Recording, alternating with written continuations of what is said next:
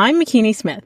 After going through a divorce, my sister passing away, experiencing narcissistic abuse, and some significant health scares, I realized through sharing my story that I wasn't alone in my suffering. Suffering, subjective distress generated by the experience of being out of balance. In a deep dive to holistically heal mind, body, and soul is where I discovered peace, clarity, and connection. It is impossible to be truly wise without some real-life hardship, and we cannot develop post-traumatic wisdom without making it through, and most importantly, through it together. Social connection builds resilience, and resilience helps create post-traumatic wisdom, and that wisdom leads to hope. Hope for you and others witnessing and participating in your healing, and hope for your community. A healthy community is a healing community, and a healing community is full of hope because it has seen its own people weather, survive, and thrive.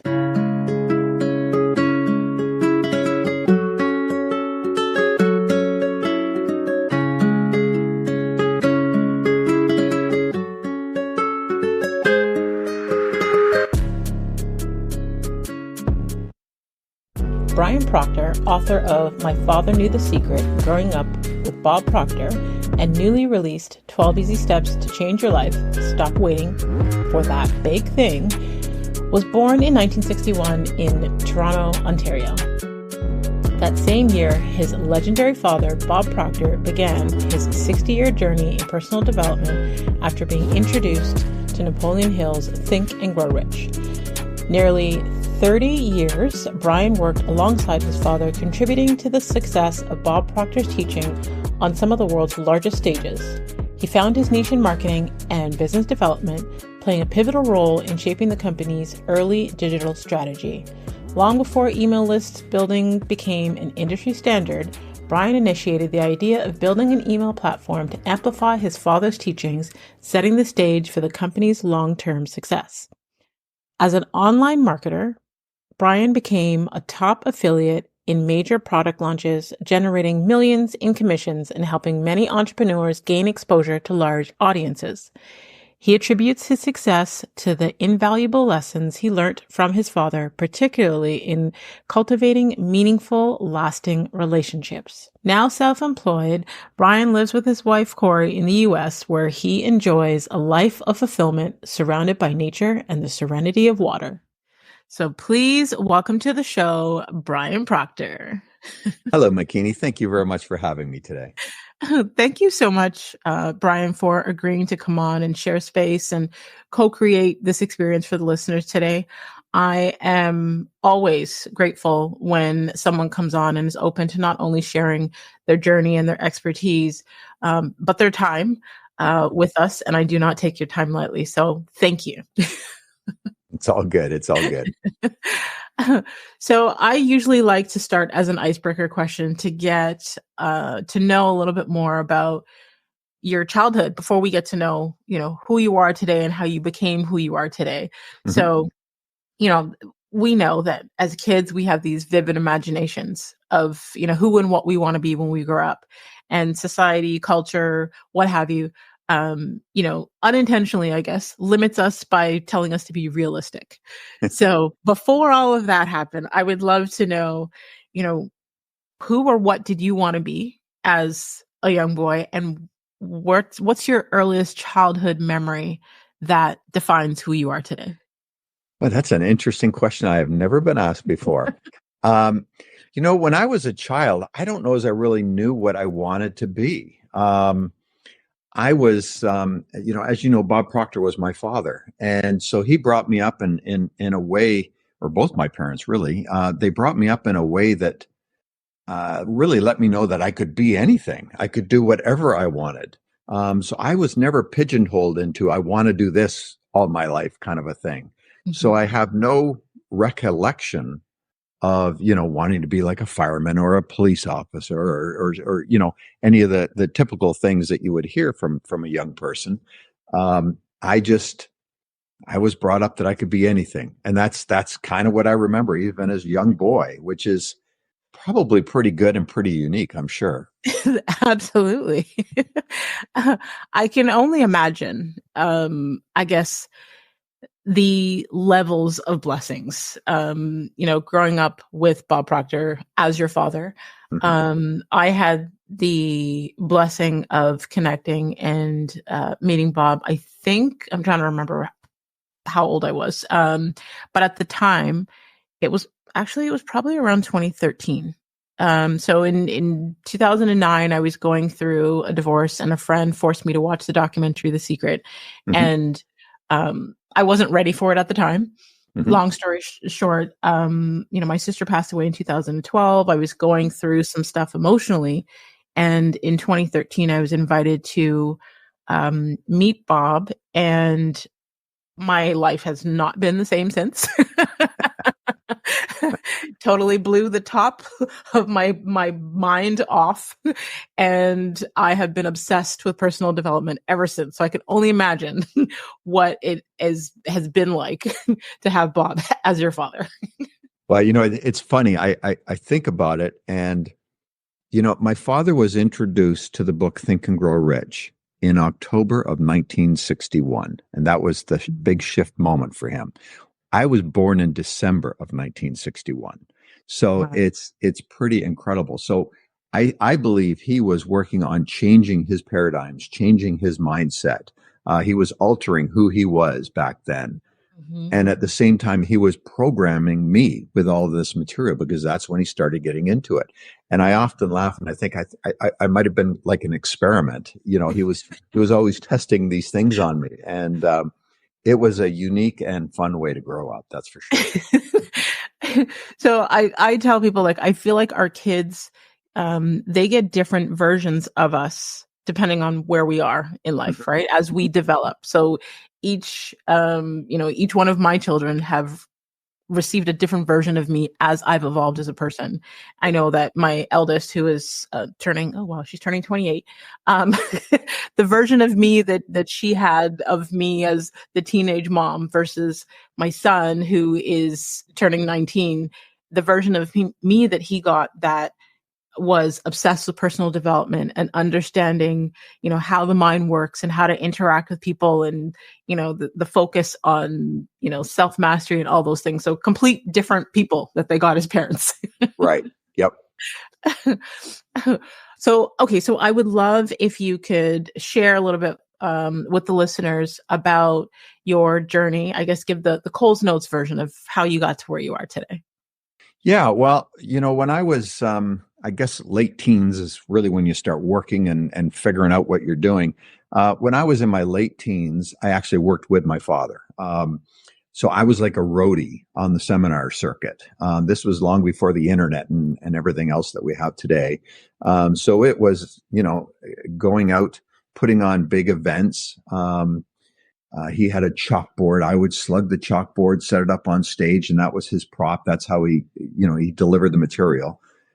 And so I was kind of the roadie. I was a bit of a salesperson, all that from late teens into early 20s. And I thought, man, I got to get out and do my own thing for a while. I was always, Bob Proctor's son, which wasn't a bad thing, but I had to forge my own way. I had to find my own thing. So in my mid 20s, I thought, I was living in Toronto. I was going to become a real estate agent. Real estate always interested me. So I went and took the courses and I became a real estate agent. And probably the best move I ever made, Makini. You know, I was able to use the material that my father taught and apply it to real estate. Mm. And when I started in real estate, I remember Dad saying to me, he said, Brian, you want to act as if you were the best real estate agent in the entire city and treat your clients like that, and they won't know any different. And I thought, what a great piece of advice, so that's what I did. I acted like I was the best agent. I provided the service like I was the best agent. And my very first clients would have never known that they were my first clients. And, my first month in the business, I think I was probably, I'm not sure if I was the top agent, but I was certainly right at the top in my office. And I continued to do so because I was able to use that material. But I think what I learned the most was that I could do it on my own. Mm-hmm. I could take what I learned and apply it somewhere else, and I was very successful. Mm-hmm. And that was a lot of fun. So I was in real estate for, I guess, close to 12 years. Wow. And oftentimes throughout that period of time, my father kept saying, Brian, why don't you come back to the company? He saw what I was doing. He thought, I could probably add to that. And I was like, no, I'm good, Dad. I'm good. And, I was doing my thing. I hit a point where it was like, it'd be kind of fun to work with him again. I Mm-hmm. was obviously a little more mature then. I kind of had my footing. I was comfortable with who I was. And so I finally said yes. And I went back and worked with him. And I worked with him right up until he passed away, which was in 2022. Mm-hmm. And it was close to 30 years. I was really in the background. I did all of the marketing and email list building. I kind of founded that whole piece of it. And it was a great journey. I had a lot of fun. It was wonderful working alongside my father. I mean, we were business partners, but we're, father, son, obviously, but we're also great friends. Mm-hmm. And it was a joy. So that's really where it all came about. And then after he passed away, I started writing. I decided I wanted to find my own way of sharing really who Bob Proctor was, what our Mm-hmm. relationship was like. Thought I've got a very unique perspective of who he was and Absolutely. how he acted in the world. And so that's when I started writing, and I've written a couple of books. I'm now starting to speak. I would have never thought I'd be on stage speaking or doing podcasts like this with you, Makini. But it's after he was gone, it was like it's time for me to step out there and show the world what he taught me, because I know that what I know because of that relationship can help others. Mm-hmm. And that's what's landed to me where I'm at today. So there's the short synopsis for you. I mean, your story is obviously a beautiful story, and like I said, like I'm listening to you tell your story. My face is like sore from grinning from ear to ear. I think it's beautiful that you and your father had a close relationship. I think it's beautiful that you were even out, building your own career in real estate and decide to go back and work with your dad. As we mature, I think we learn to appreciate our parents more than we do in our younger years. And even the evolution of you now being an author, being a speaker, coaching, doing all the things that you're doing, where it's like you're building obviously your own legacy. And I have like so many questions right now. I'm like, which one do we even ask first? So I had last year I had Robin Sharma's son, Colby, on the podcast, and I know like for some kids, and I know my own kids have even said this to me, like they admire what you're doing and who you are, but obviously everyone has their own path. And sometimes people who know the parents or even people who know of the parents will expect the children to, walk in their shoes or follow up in their shoes when they have their own shoes to fill. Right. So I would love if you could to speak to the listeners about the experience of what it's been like, building your own legacy now that you have these 2 books out here and you're speaking and writing and coaching and building your own legacy. Yeah, it's been it's actually been an interesting journey. I've never looked at it like I'm filling my father's shoes, because I never could. And I acknowledge that. I think you see people trying to fill their parents' shoes or whoever they're following. You're never going to be that person. And if I was trying to be my father, I would be very inauthentic. It wouldn't be me. Mm-hmm. So I look at it like I'll never fill his shoes. I'm going to be that independent me and do what I can do to share my message my way. And I own that. Mm-hmm. And I think that's a strength I got from my father, which is ironic, but in a really good way. He never shaped or forced the way I had to do things. He always let me be my own guy and do things my own way. I think back to when I first started to work with him. Um, I was on sales calls. I was going out and speaking to groups, trying to sell them into seminars. And the internet was just kind of getting started. And I remember having a conversation with him. I said to him, this is probably within a year to 2 years of me being back working with him. I said to him, I'm not enjoying this. This is not what I want to do. Mm-hmm. And his reaction was perfect. He just looked at me and he says, that's fine, then don't do it. He says, find another way to contribute that will bring value. And that was it. Mm-hmm. And I thought, wow, that's really a great response. And so it let me find my own way to make things work. And back then, there was no quote of the day service. There was no big email list building stuff going on like there is today. So that's what I started. I had no idea what I was doing, but I found my way because I knew in real estate what made me successful was staying in touch with my clients. And I thought, boy, the seminar business, we need to do the same thing. We need to stay in touch with the clients. And so I ended up figuring out, I won't go into long details, but I figured out how to build an email list, how to stay in touch in an ethical and valuable way. That was really the foundation that allowed things to explode for my father. When the movie The Secret came out, he was prepared because we had set up all the back end. We could capture email addresses and everything like that. A lot of the people in that movie at that time didn't have that in place because it wasn't a thing then. Today it's commonplace, of course, but back then it wasn't. So he really allowed me to shine where I could. And I guess that's a long-winded answer to your question, but that's. I love that answer. Yeah.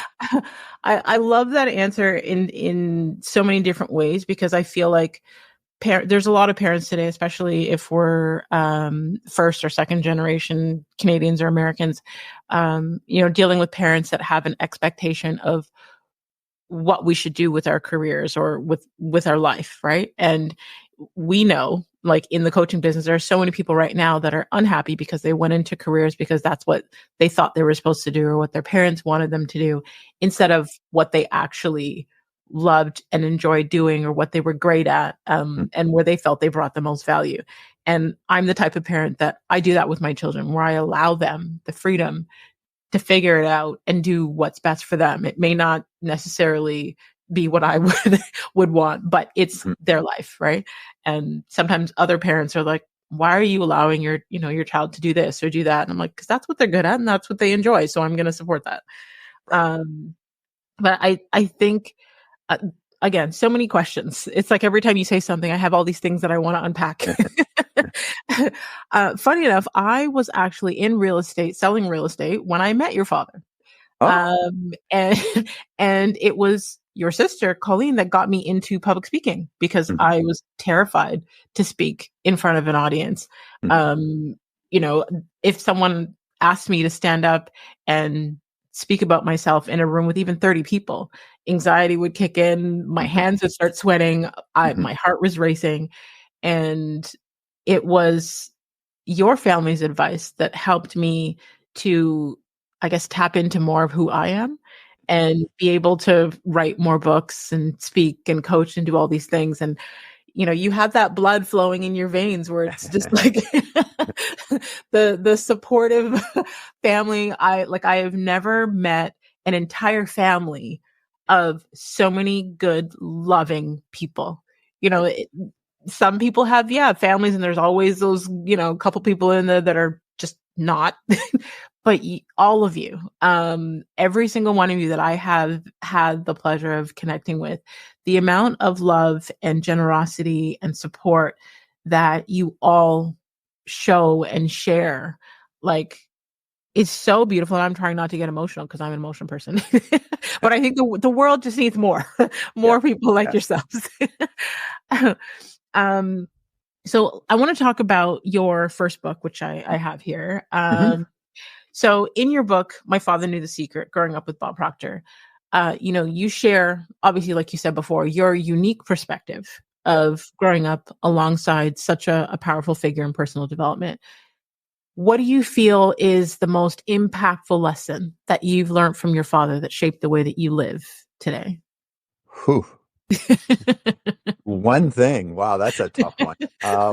You're welcome to pick a few if a few come to mind. The one thing I guess would probably vary from day to day, depending on where I'm feeling. But if I was to pick the one most valuable lesson, God, there's so many. But I will touch on more than one because I just have to.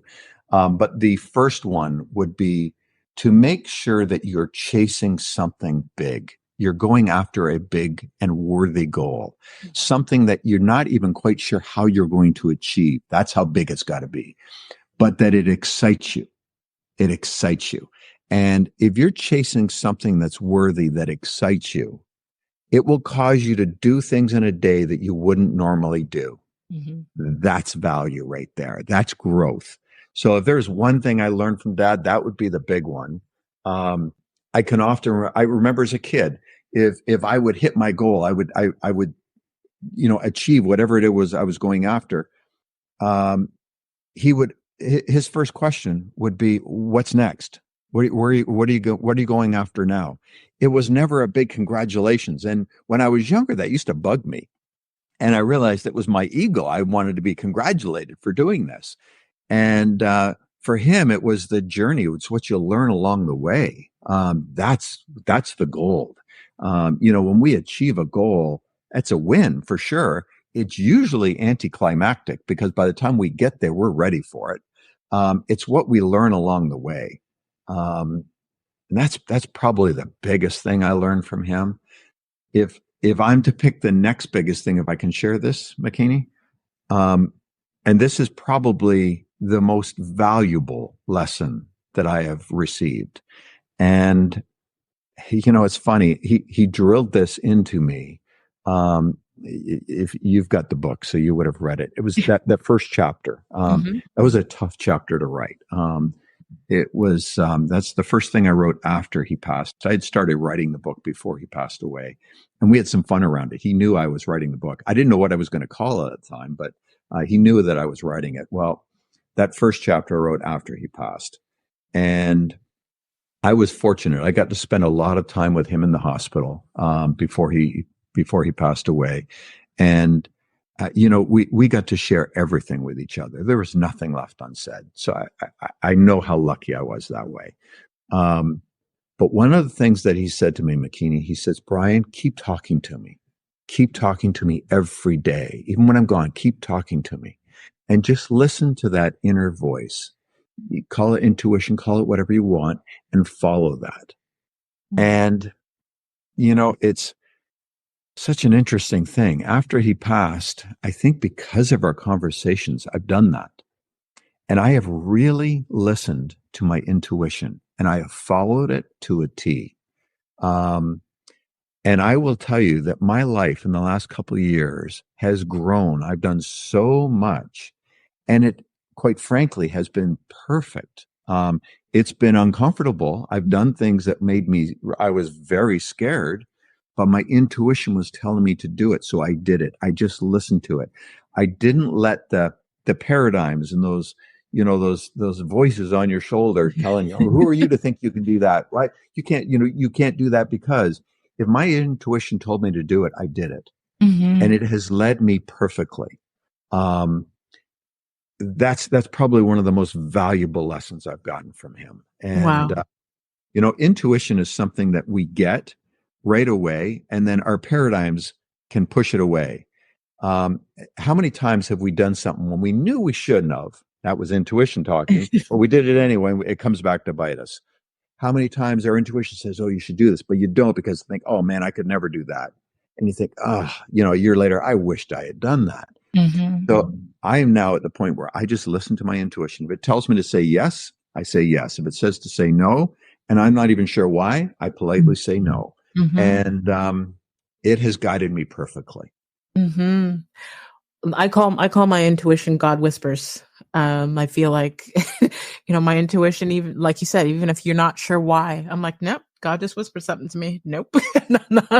Something I love that, because I heard something around that. I'm not sure who said it, but it said, when we pray, we're speaking to God. Yes.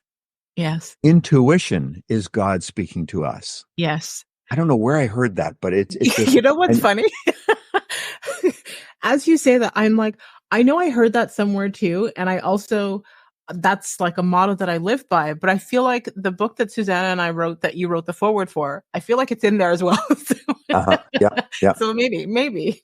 I'm not sure where I heard it either, but the exact words that you just said, I'm like, I say that all the time. And I think we wrote that in the book. You know, there's so many beautiful things that I want, I guess, us to unpack from what you just said, because I know a lot of people don't like to necessarily talk about, when someone passes or losing a loved one. And I haven't lost a parent, so I would not know what that feels like. But I've lost my sister and my grandmother that helped raise me, and I know grief is like an expression of love. And everything that you just said, like the advice that your dad said to you about, keep talking to him. I did that when my sister passed away, and my life has not been the same. And the amount of blessings and opportunities for me to grow that came from that. And it was like every time, a new accomplishment or blessing or, some form of success came, and I was like, thank you, Andrea. Like I was just, talking to her and inspired, trying to, I guess, live life with more purpose and continue the legacy that, she was leaving, impacting other people's lives. When you talked to, like, there are so many things that you said there that I can completely relate to, that it's like, obviously we love our loved ones and would love to have them here with us, but it's also how we've been able to find the lessons through our grief to, I guess, evolve as people and to serve on a greater scale and to make a greater impact. It's like, we've transmuted that pain into purpose, and it's not easy, like you said, Yeah. there's lots of discomfort, but the beauty in it, I feel like it should be spoken about more, because I feel like there are people who lose loved ones and they kind of get stuck in the depression, they get stuck in, missing that person. But how can you honor that person? How can you continue that connection with that, with that loved one? So I love everything that you shared. Well, we had a great conversation around it, literally days before he passed away, and he said to me, he said, Brian, don't be sad that I'm gone. Be happy for the relationship that we've got. Mm-hmm. And I'm not going to say I didn't grieve. My God, I grieved. Dad and I were very close, and I still grieve. But I look at it from this point of view, and I think this is a healthy way to look at it. Our relationship has just changed. Mm-hmm. He's not here any longer, but I can still talk to him. I Mm-hmm. talk to him, and I know what his answers would be. I know what he would say to me. So although I don't have him in the physical world, which I do miss, we had daily conversations. I mean, I miss that dearly, but I still speak to him, and I can still hear him. Mm-hmm. And I enjoy that part of our relationship now, because that's what I've got. Mm-hmm. And he was always look for the positive. Always look for the positive in what you've got. Don't look back and regret, because then you're living in the past. And if you ruminate that too long, you just drag yourself there. He was always about be in the present moment, be the best version of you that you can be every day. And he said, that's when he said, still talk to me. And so I look at it like I still have a relationship with him. Mm-hmm. He's gone, but he's still here. Yes. And I think that's a healthy way to look at it. Yes, absolutely. I would love to know, because, okay, so in your book, I know that you said you started writing the book while he was still here. And you speak a lot about your father, obviously, because it's about growing up with Bob Proctor. But I would love to know how that helped with your healing process. Because I know when I was writing my first book, and I had a whole chapter dedicated to the passing of my sister, and every time I sat down to write that chapter, I was in tears. I would bawl my eyes out, and I would have to skip to writing another chapter. Mm-hmm. But when I finally sat down and wrote that chapter, and then after the fact, speaking on platforms about it, it helped with my healing process. So I would love to know how writing this helped you with your healing process. So I would say I'm identical to your situation. So, I had quite a bit, maybe half of the book or a third of the book written before he passed away. So there's still a lot that needed to be done. It probably took me 3 months before I even started to write again after he had passed. And when I did, I wrote that first chapter, which was all about the end of his life. And whew, that was a tough one. And I had many tears, the same as you. And I kind of thought, once it was done, I guess it was kind of cathartic. It felt good because I was able to share what he was about with the world. And that was important to me. And I thought, once the book was out there, that was it. I was done. Boy, little did I know, that's when everything started. People were reaching out to me. They wanted me on podcasts. They wanted to interview me. They wanted me up on stage talking about it. And my intuition told me that that's what you need to do. So I started to do it. It was incredibly uncomfortable in the beginning, but it felt like it was the right thing to do. And it helped me a lot. It really helped me a lot because I got to keep speaking positively about my father and sharing his message. And that helped me through my grief. So much like your situation with your sister is the same kind of thing. It really helped me through it. And it really got me to focus on all the great qualities that he had. And it helps. It helps. Absolutely. Absolutely. I would love to know, okay, so in your new book, 12 Easy Steps to Change Your Life, Stop Waiting for That Big Thing, Yeah. you provide actionable advice for personal development. So what inspired you to write this book, and what do you hope that the readers will implement into their lives from this book? Yeah. So in the new book, I'll tell you why I was inspired to write it, because I had such a great response from my father knew the secret. I had so many people reaching out. What's next? What else can you share? They're like, I know you've got more in you, and all of that. So I actually had a publisher reach out to me, and I signed a 3-book deal over 3 years. So there's another couple of books coming, Nice. and it was a fun journey. So this book. I thought, you know what? I'm going to share the 12 things that I've used that have helped me live a great life. I feel I live a really great life. I'm in a good space. I have a great business. I love where I live. Everything about my life, I feel really good about. And I thought, I'm going to share everything that I've used to get here, because I know that if it helped me, it will help you. And that's it. So, in the 12 easy steps to change your life is just that. 12 easy steps to change your life. Nothing's complicated. I won't complicate anything. I think when people complicate stuff, they're trying to make themselves sound, I think, smarter or something. I don't know. So I've kept it really simple, really valuable, and I've really given the steps that can help you completely alter your life. So if somebody's struggling right now, they can get out of struggle. Here's the better part, though, is somebody's already doing well. This book can help you do even better. So it really covers everything, because it's everything I've used all of my life. Now, if I was to say one little nugget around that book, it's simply this. So often we're always waiting for that big thing to happen, that big event to change our life, that everything's going to be better when we get here. This is something that I've shared with everybody. Stop waiting for that big thing, because that big thing may or may not ever happen. But I'll tell you how it will happen is by taking care of the little things.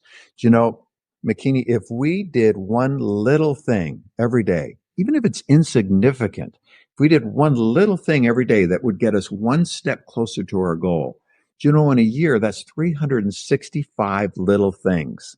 Believe you me, that's going to add up to something big. The compound effect. Yes. Yeah. I love it. Listen, I agree with all of the lessons. How has the lessons in, I'm going to say, I guess, your most recent book, have they also helped in your healing journey and your grieving process?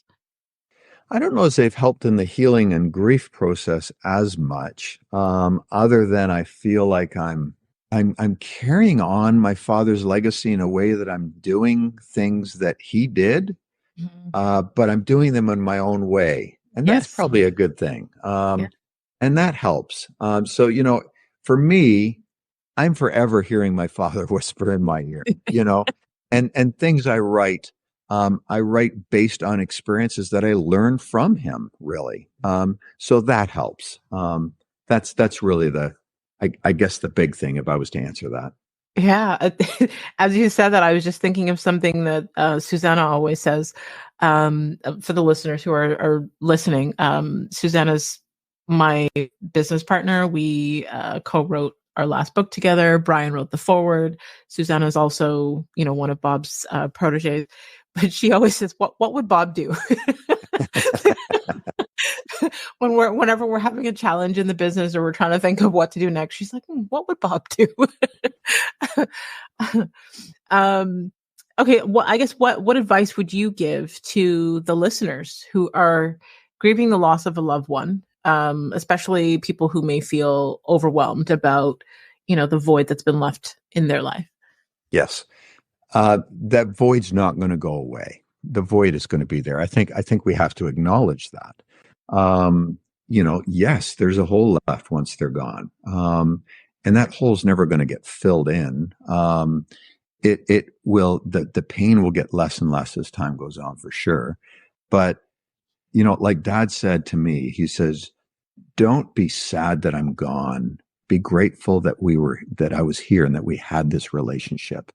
And so for me, I look back on all the positive things I had with Dad. I look back on our conversations. I look back on our hugs. Um, I look on the time he kissed me. I just look for all the loving moments, and that's what I think about. And I don't think about it in sadness. I think that's the key. I think we have to, with awareness, we can switch the way we look at things. Yeah. And I look at it with love. I just think, man, how lucky I was to have that relationship. I don't think about how sad I am that he's gone. So it's really a mindset, and we have the capacity to change the way we look at things, and Hmm. that's all we need to do. So if you're experiencing deep grief, just start looking for the positive in it. I'm not going to say that there isn't bad in being gone, but boy, there was a lot of positive. And if you can start focusing on more of the positive aspects of what your relationship was and how great it was, that will diminish the pain. What do you feel is a misconception that most people have about you? Oh, misconception about me. They probably think I've always had it great because Bob Proctor was my father. That's probably the big mistake. And I haven't. I've had some down times. I've had some big struggles. Um, Dad never bailed me out. It was always, you know, you got to learn your own way. And I don't know if everybody knows that, but um, I can relate to anybody because I've probably been there. I've had relationships gone bad. I've gone through divorce. I have had financial struggles. Now I have used everything I've learned to get to now where I am, that I have no financial struggles, and I have a wonderful marriage. I have great kids. I have all the good things, but um, I've struggled. I've struggled. So if you're struggling, believe you me, I know where you are because I have. I'm happy that you shared that, because I do feel like people have this misconception that um, they know someone's life based on what they see online. And I know that I get that, so I can only imagine how much you get. And I remember hearing Bob say one time, he was speaking on stage and he was talking about his seagulls and building schools and stuff in Africa. And he was like, when he passes, I guess what he plans on doing with his money. And he's like, I hope my kids don't think they're going to get my money, because they're not. Well, I can assure you. I know he said that many times, and yes, I didn't inherit a penny. Okay, so I would love If you could let the listeners know where they can stay connected with you, where they can buy your books, where they can learn more from you and about you. Oh, thanks, Makini. Really easy. You just go to brianproctor.com. Brian spelled with an I, so brianproctor.com, and you'll be able to get the books there. Get in contact with me if you wish. Everything is there. Perfect. So I guess we'll go into the rapid fire, and you can answer these in, one word, one sentence, but I also don't like to put people into a box. So if you feel the need to expand, you're more than welcome to do so. I will try and be quick. Okay. Okay. So typically I like to ask guests to name a book that has changed or greatly impacted their life. And since we've been speaking so much about your father, and we all know that Think and Grow Rich was a book that impacted his life, I would love to know if there's one book in particular that you read consistently that has changed or greatly impacted your life. I will tell you right now, I am reading a book that is really interesting. So this is not the quickest answer, but I'm going to give it to you quickly. And this is my new go-to. It's called The Creative Act, A Way of Being by Rick Rubin. It is spectacular. It's spectacular. I'm going to add it to my reading list. Yeah, Thank you. if you've ever seen Rick Rubin, again, I'm taking away from your rapid fire, but Rick Rubin is just the wiliest looking guy. He's a music producer, and he's probably worth hundreds of millions of dollars, although you'd never know it looking at him. He is one of the most interesting people I have ever listened to and ever read. Really, really valuable. Wow. Okay. I am definitely adding that to my reading list. I try to make sure I read at least 2 books a month. So I'm adding that to my list right now, and I'm going to make that my next read. Thank you. Very good. Okay. What new belief, behavior, or habit has improved your life in the last 5 years? Intuition. What we talked about earlier. Intuition. It has changed my life. Love it. Okay. What's a part of your journey that most people don't see? That I get uncomfortable. I step across that terror barrier all the time. I do things that scare me. And people, they might not know it. But I do things that scare me. When we step out of our comfort zone, that's when we really learn. That's when we can be more. So that's something that a lot of people maybe don't know. Describe yourself in one word. Kind. Love it. What do you wish people were more aware of? I wish people, I'm living in the United States right now, and we are in a crazy climate. I wish people were more aware of kindness. Just be kind to each other. We all have differences. We don't need to throw that in each other's faces. We don't need to create hate around different things. I think, my God, if we could just find a way to connect with everybody and be kind, the world would be a better place. Agreed. Absolutely. Okay. When and where are you the happiest? Oof.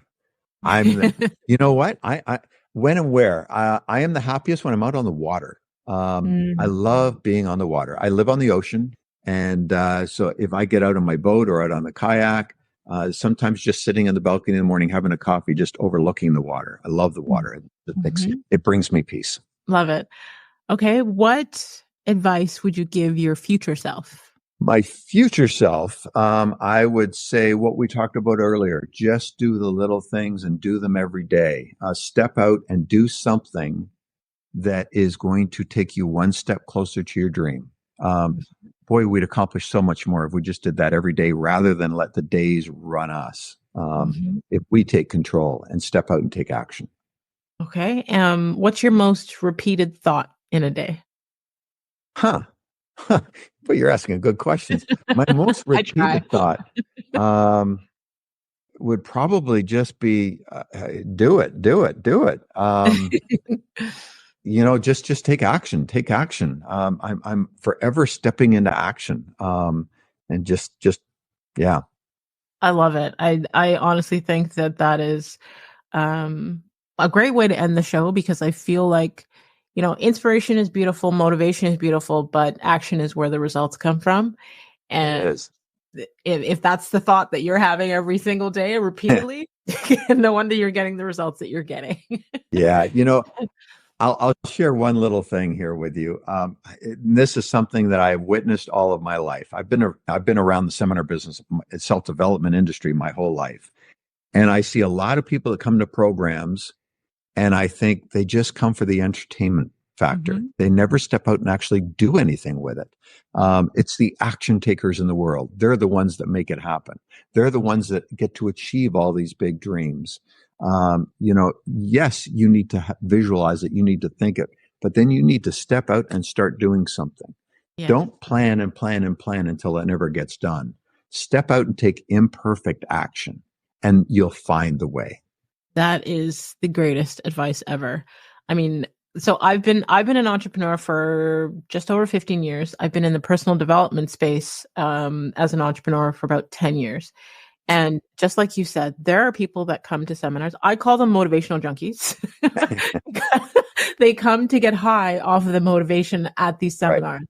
They get high off the information. It's the happy hormones or what have you, that they come for that energy, to be in that vibration, but they don't actually take action and do anything with the information. So I love that you ended on that advice. And thank you so much, Brian. Thank you for sharing your story, not only with us, but with the world.